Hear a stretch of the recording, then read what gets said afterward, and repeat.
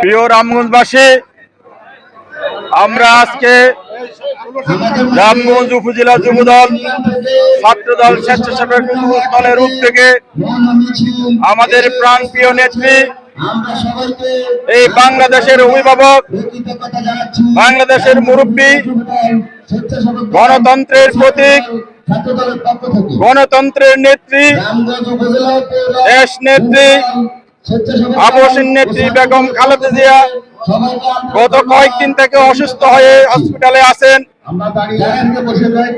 ওনার এই অসুস্থতা অবস্থায় সারা বাংলাদেশ তার পাশে এসে দাঁড়িয়েছে।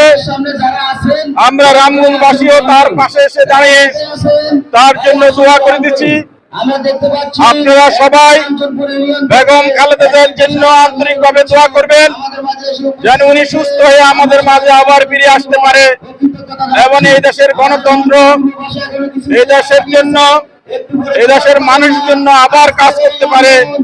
সেজন্য আপনারা সবাই দোয়া করবেন এবং এই বেগম জিয়ার যেই দল জাতীয়তাবাদী বিএনপি, এই বিএনপিকে সুসংগঠিত করার জন্য, বেগম জিয়ার